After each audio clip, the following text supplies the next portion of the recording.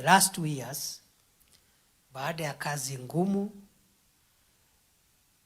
very difficult job and decision making, including making unpopular decisions for the sake of the country, because that's what leadership is about. Leadership is not about making popular decisions. Na hiyo ndio shida tuko nayo Kenya. Every leader wants to be popular all the time, and they tell you they are listening to the ground, and then they do what the ground is saying.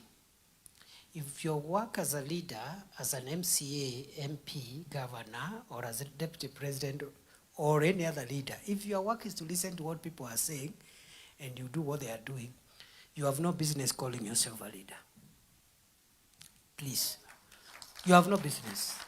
The work of a leader is to provide strategic leadership to the community and help the community navigate difficult situations. Some of the decisions that look difficult and unpopular today, when they mature and the public sees the results, they will be very popular. Kweli si kweli? So as a leader, President Ruto had to make difficult decisions. And today, shilingi ya Kenya is stable. For more than a year, I talk 127, 128, 129. Ile ilikuwa 167. Haijawahi panda kutoka hapo. In fact, there are chances it will even go further down. Petrol ilikuwa 217 a liter of fuel. Now it's about 160 something. It's going to go down. Unga 2 kilos ilikuwa 240, 250 depending on the brand. Today it's about 110, 120 depending on the brand, some even 100. And it's not going to rise. Interest rates were very high. The central bank lending rate was at 15 point something percent. Now it's 11.25%. The next meeting of central bank economic policy, whatever, the interest rate will come down again. They have been coming down from 15% in August, I don't know, to October, to 12, now 11, and it will continue to come down. Meaning more businesses, including the businesses in Wamba, in Maralal town, people can be able to get credit from banks and expand their businesses and employ a few more Kenyans. So that is what President Ruto has been doing for 2 years, stabilizing the general economic indicators, interest rates, the strength of the shilling, price of fuel, price of essential commodities. Na hiyo kazi, even kazi ngumu, sio kazi rahisi. Today, the economy is looking up. But bado kuna kazi kubwa imebaki. Kwa sababu sasa economy imekuwa stable, ile kazi imebaki ni ya kubadilisha zile sekta zinaletea wananchi mapato ili tuweke pesa mifukoni ya wananchi. Sekta hizi ni gani? Kilimo, ufugaji, uvuvi na sekta ya madini. 80% of the people of Kenya, they get their daily bread. Either they are farmers, they farm different things, they are livestock keepers, they are fishermen in the coast and in the Lake Victoria, and others are artisanal miners. If you combine those sectors together, 80% of the people of Kenya will have been touched. So I don't have time to explain what we are doing in every sector, because I don't want to speak forever.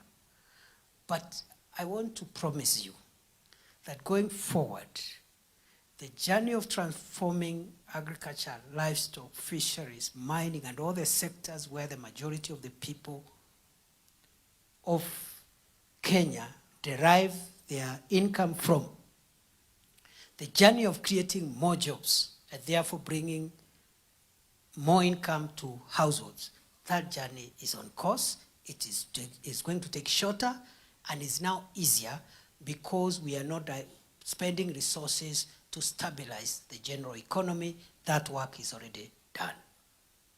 So, going forward, kuna ile mambo tulisema ya ufugaji, we are on it. I'll give you an update report in the next meeting. Tuko njiani. By the time President Ruto asks for a second term, we will say we've took the, this livestock sector from here, it is now here. Mambo ya leather, we said many things. The industrial park in Kinani is almost complete. And that industrial park will take all the leather from the entire country. So that leather tuache kutupa hides and skins. Kutupia umbwa na fisi na kupeana free. Ama 20 shillings a kilo. We make it a valuable commodity. But we don't just make it a valuable commodity. We are putting up the industrial park there in Kinani, which will convert the hides and skin into leather. Then we are getting investors who will now convert leather into leather products, shoes, bags, etc. You create employment. You have pastoralists get more value, not just for their meat, but also for other products that come with livestock, especially hides and skins. That's what we promise the people of Samburu and the people of northern Kenya. The president came from UAE last month and signed a comprehensive economic partnership agreement with the Arab countries, including especially the UAE, but we are also working on other Arab countries, Saudi Arabia, Oman, and the rest, which allows us to export our meat to the Middle East at good prices. At good prices. For us to export that meat at good prices, we must meet international health standards. That's why we are on a vaccination campaign of livestock. There is no other reason. Because we must meet the health campaigns and achieve herd immunity. We've been vaccinating livestock all the years. But every year, only 10% of Kenyan livestock ends being vaccinated.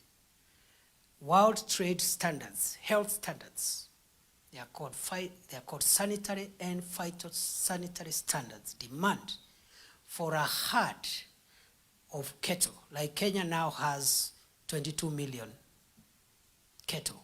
And every year we slaughter 3 million cattle. I'm not counting the sheep and goat.